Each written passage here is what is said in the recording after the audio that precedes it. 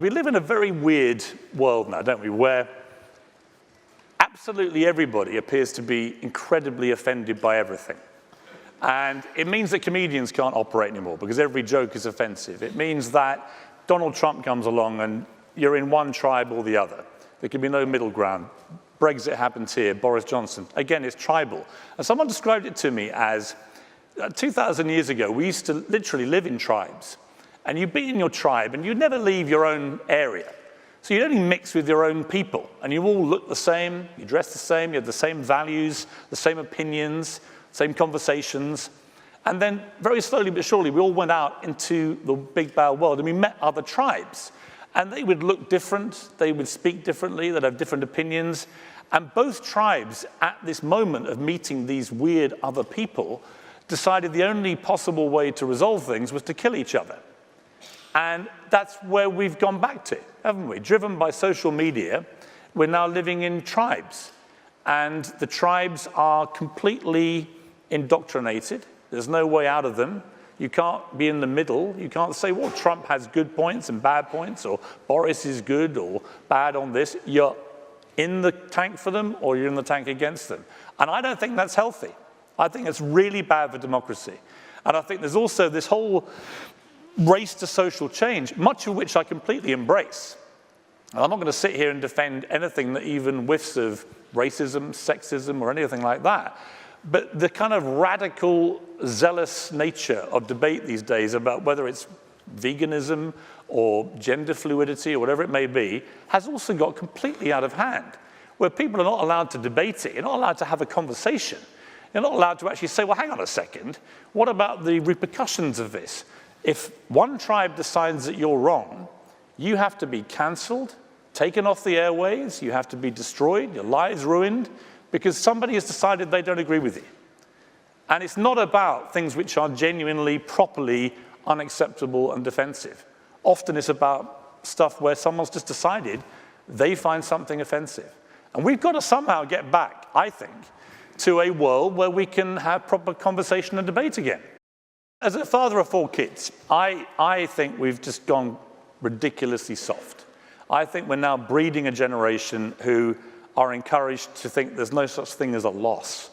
You know, in schools now, you can't not win. You get a participation prize. Everyone's a winner.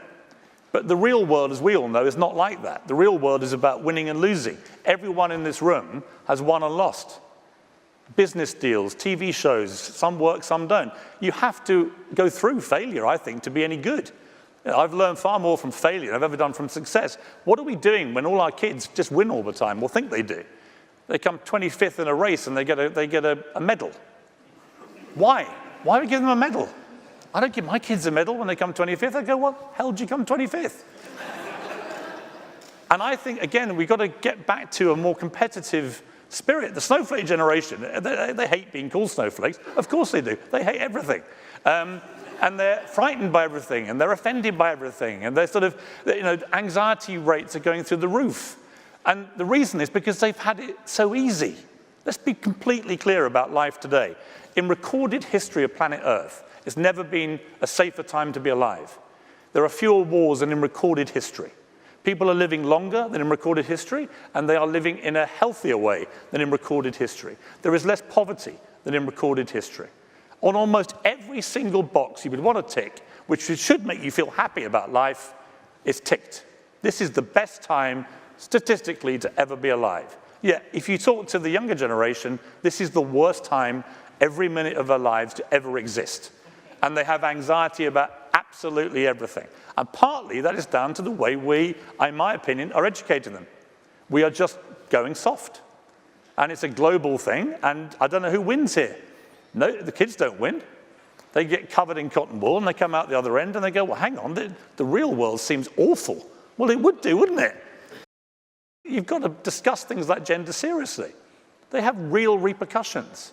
You know, Sam Smith last week, huge deal of saying, I'm now non-binary, gender neutral. Okay, so which category awards are you going to be entering? That's curious. And then what happens to awards? If enough people do what he's doing, do we then have to abandon gender awards? Will there not be best male and best female artists? And then who wins and loses when that happens? If the Oscars become gender neutral, actually what happens? I think actresses and female singers would get disadvantaged in that environment. Exactly at the moment when you have transgender male biological people who've transgendered to be female, when they are now competing against women at sport, it is grotesquely unfair. We all know it, but if you say it, even if you're Martina Navratilova, who's done more for LGBT rights in the world than anybody else, she got vilified, hounded, and had to be cancelled for pointing out the bleeding obvious that actually all around the world now, it's not working. There are sprinters in Connecticut smashing all the women's records who are transgender. How can that be fair on women? It can't.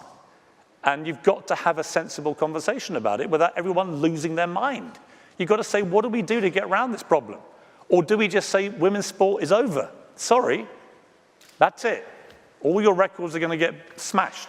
They're not beating them just by a little bit, they're annihilating the records.